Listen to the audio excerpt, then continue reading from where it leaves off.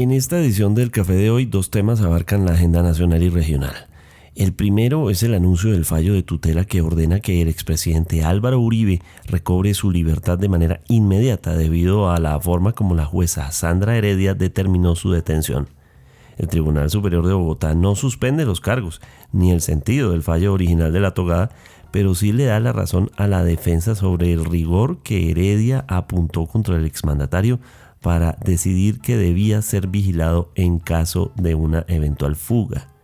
El hecho no ha estado exento de lecturas políticas. El segundo evento es la tensión que se vive en el Atlántico con la llegada a la región de 3 barcos de guerra de Estados Unidos, con el argumento de que buscan detener el narcotráfico que se produce en Venezuela. Su mensaje es claro, al calificar al régimen de Nicolás Maduro como líder de un cartel narcoterrorista. ¿Estamos frente a una eventual invasión o es esto solo una muestra de poder en los mares? Y en ese sentido, ¿qué efecto podría tener esta movilización militar en el vecindario y en Colombia? Hoy es miércoles 20 de agosto. Mi nombre es Carlos Solano y este es el Café de hoy del Tiempo.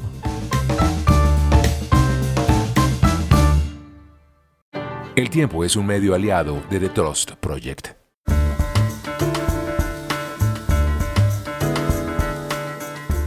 Hoy en este punto el expresidente Álvaro Uribe recobra su libertad.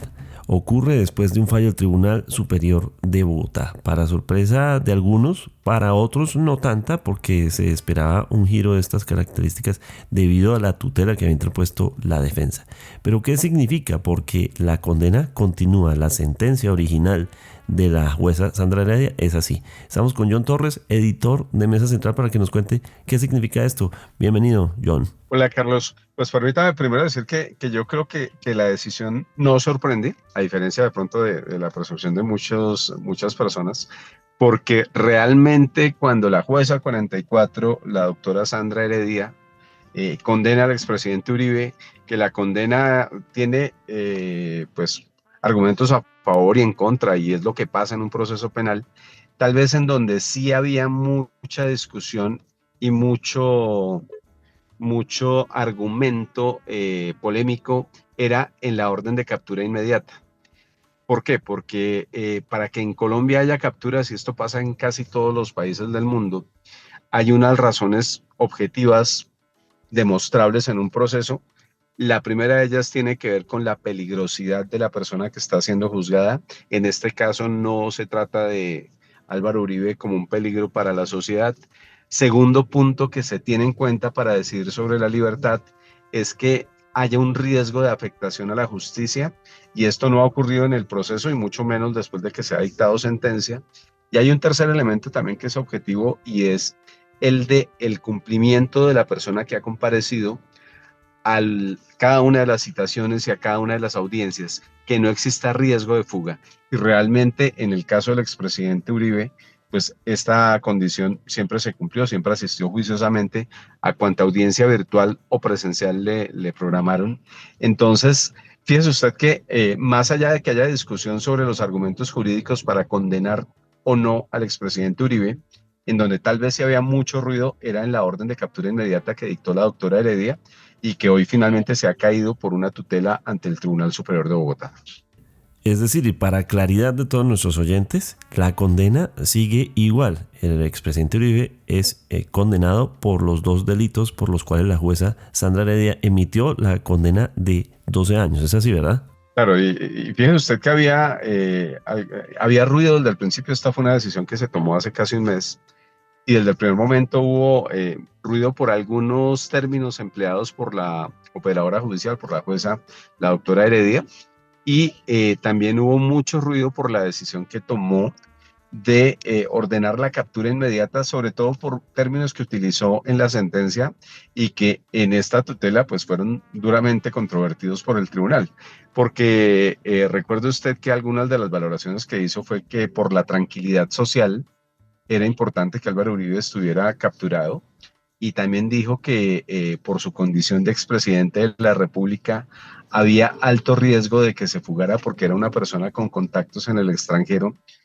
y Esto no, o sea, esas valoraciones deben corresponder con hechos en el proceso, no con visiones subjetivas de la persona. Y eso fue lo que le dijo el tribunal.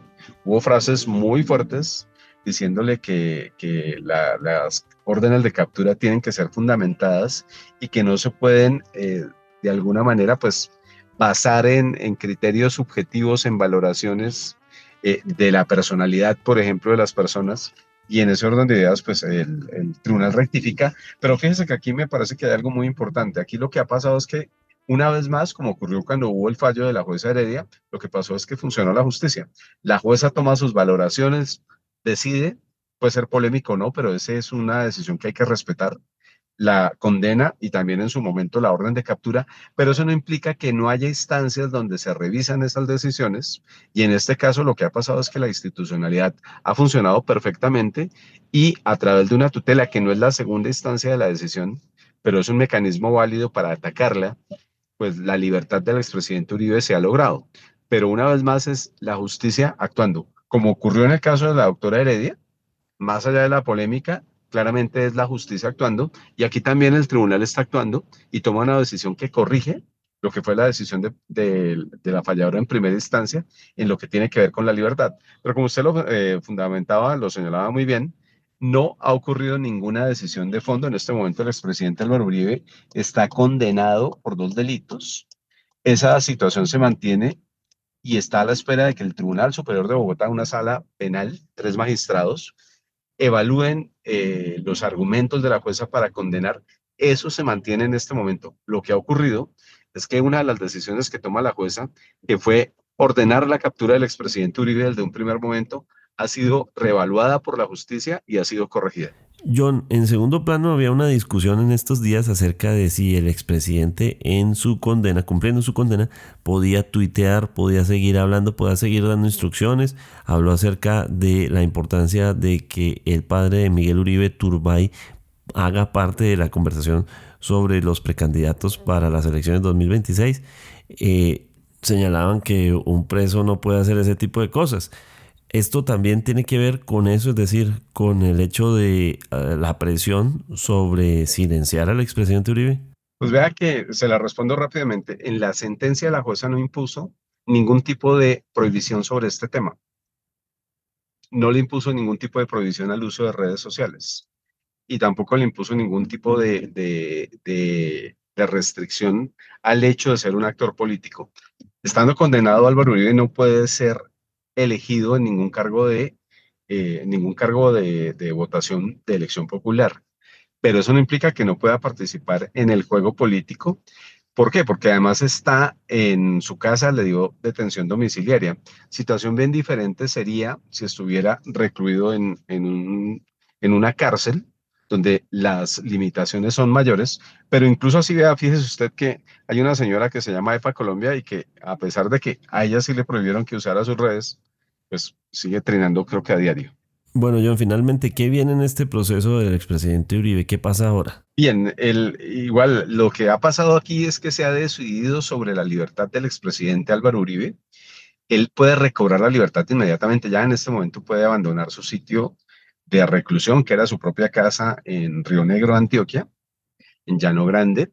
Y seguramente lo que hace el expresidente Uribe, ya hoy no lo hizo. Hoy se estaba esperando que hiciera alguna declaración pública, y hasta el momento no ha ocurrido, pero probablemente ya mañana lo veremos de nuevo en la calle haciendo lo que está haciendo, como usted lo mencionaba bien, y es ser un jugador fuerte en la política colombiana.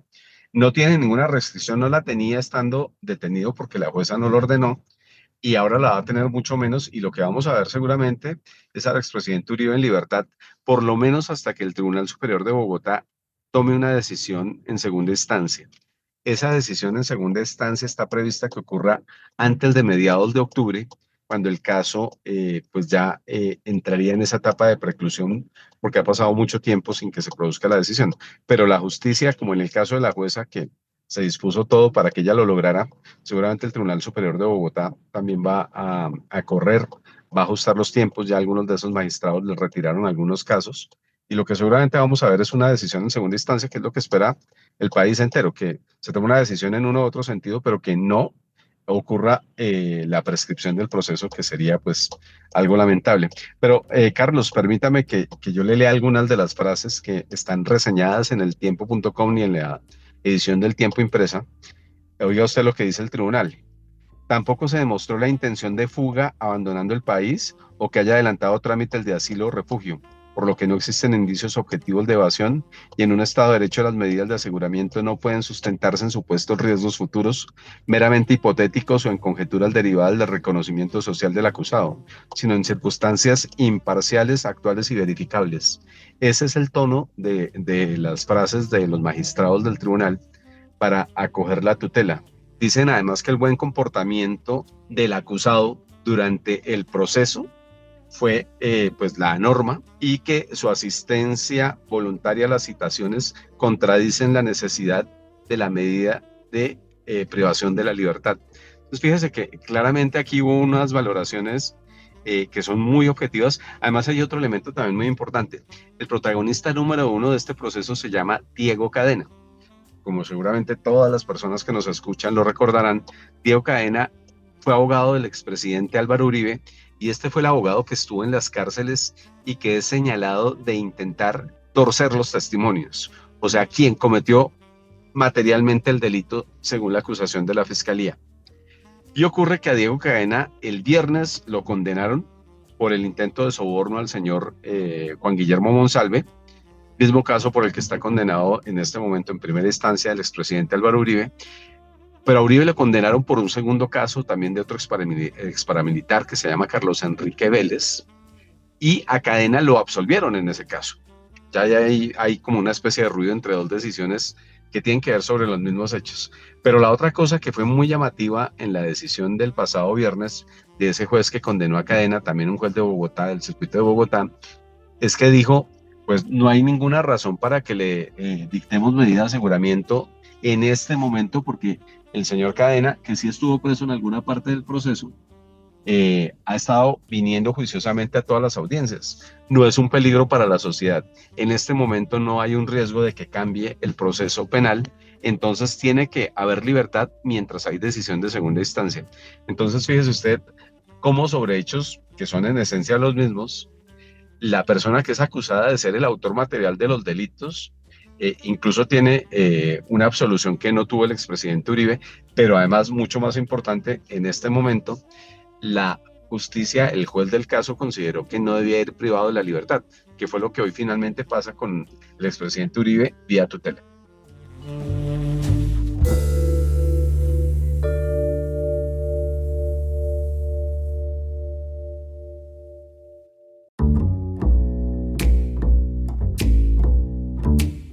En medio del escenario internacional en el que estamos, en el que hay incluso buenas noticias, como la posibilidad de paz entre Rusia y Ucrania con la intermediación de Donald Trump, de todos modos también inquieta a nivel global la llegada de barcos militares de Estados Unidos a cercanías de Venezuela y el llamado que dicen a frenar el narcoterrorismo, pero señalando al régimen de Nicolás Maduro. ¿Qué significa esto para el vecindario? ¿Qué significa esto para Colombia?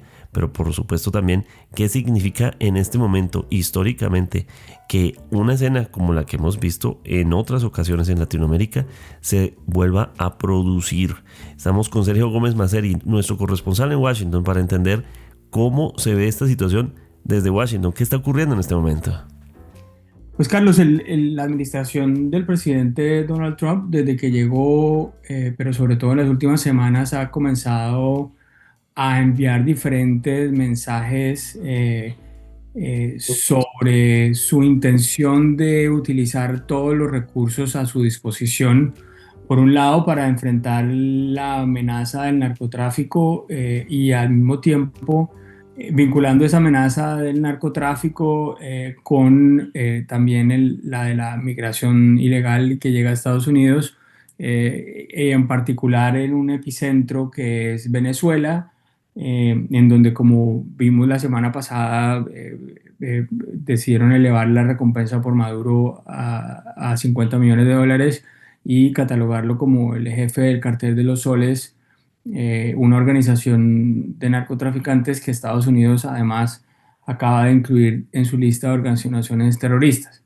En ese contexto, la noticia de esta semana de la que hemos venido hablando en el tiempo todos estos días es el despliegue militar hacia aguas del Caribe, el más grande despliegue militar desde la invasión a Panamá en 1989, un poco con algunas matices a uno que hizo Trump en el año 2020, en abril de 2020, pero que terminó siendo solamente una demostración de fuerza. Acuérdese que en esa época estábamos en pleno COVID y en campaña electoral.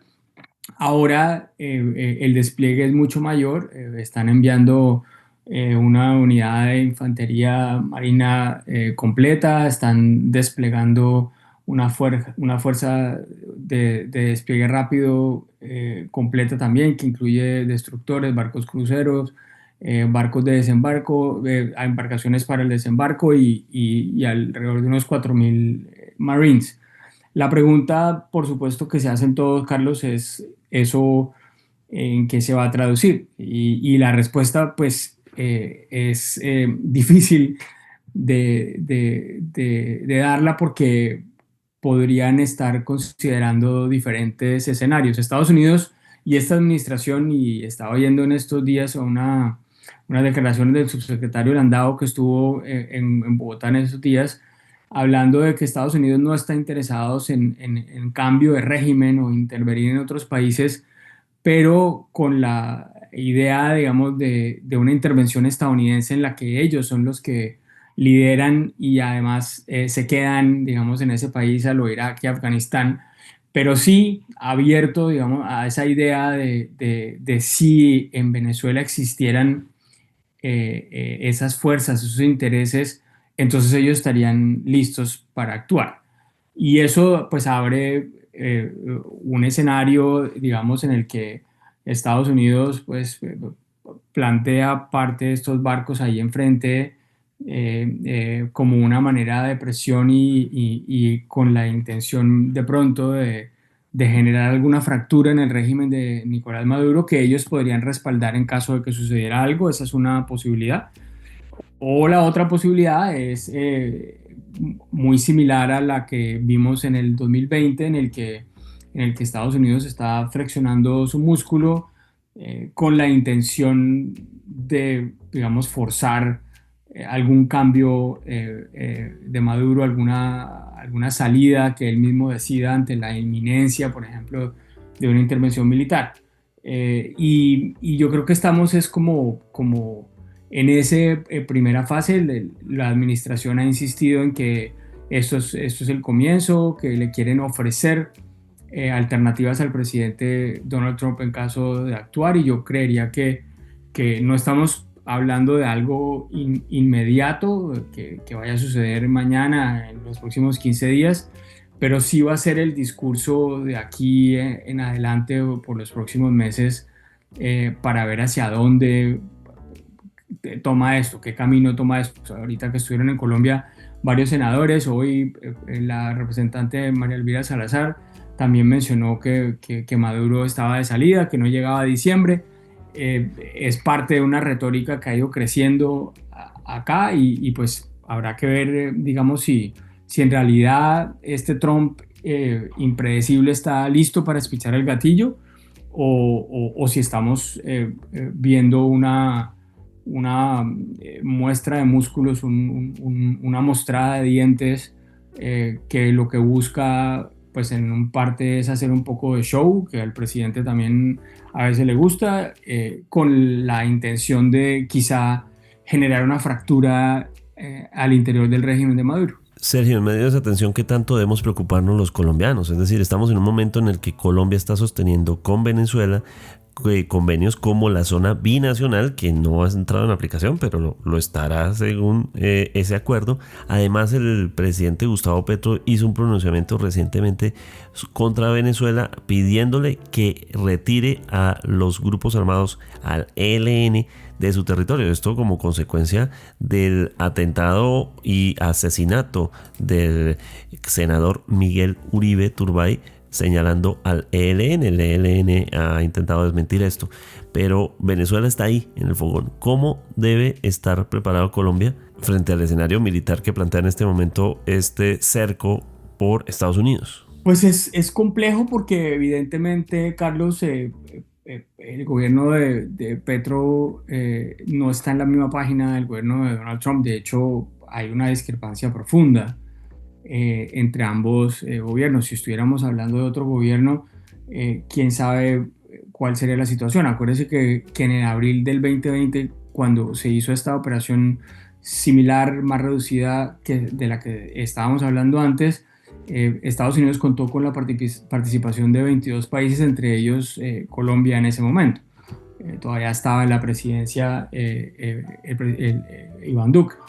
En esta ocasión, pues el escenario es distinto. Sin embargo, pues va a depender mucho de la reacción y de la decisión que también tome el presidente Petro. Yo no creo que Estados Unidos tenga ninguna intención de hacer nada en el caso de Colombia. Es un país aliado, ha trabajado durante 25 años con sus Fuerzas Armadas, saben que hay un gobierno en transición, porque hay elecciones el año entrante, y a pesar de que tienen una preocupación por el tema de las drogas que existe, el objetivo no es el gobierno colombiano, y no creería que ahí vaya a pasar nada. Ahora, si llegara a presentarse un conflicto y Petro decidiera arrastrar a Colombia a esa situación, pues entonces estamos hablando de escenarios inimaginables en este momento, ¿no? Pero en principio yo creería que esto va a ser una operación de presión contra el régimen de Nicolás Maduro en Venezuela, con el objetivo de tratar de crear una fractura y de presión e interdicción contra los carteles de la droga en las aguas del Caribe. Ahora, una cosa que sí es cierta y la cual muchos se preguntan es, en realidad en el agua del Caribe, pues estamos hablando de botes rápidos para transportar drogas y unos cuantos aviones, y pues Estados Unidos acaba de mandar aviones barcos con capacidad de disparar Tomahawks, submarinos nucleares, aviones de guerra. Es decir, ¿para qué son todos esos recursos, no? Es posible, como estamos hablando, que sea evidentemente una forma de mostrar dientes, o, como dice las funcionarios acá, de ofrecerle al presidente Trump toda una serie de capacidades, porque lo que sí es cierto, Carlos, es que esta unidad completa que acaba de enviar Trump, con fuerzas de desembarco y capacidad de desembarco, porque viajan con tanques, helicópteros, aviones, sí tendría la capacidad de hacer un asalto, un operativo en otro país. Quizá no retener o quedarse en un país o controlar o un tipo de operación de ese estilo, pero sí tiene la capacidad militar y el poder militar suficiente como para dar un golpe de esa naturaleza.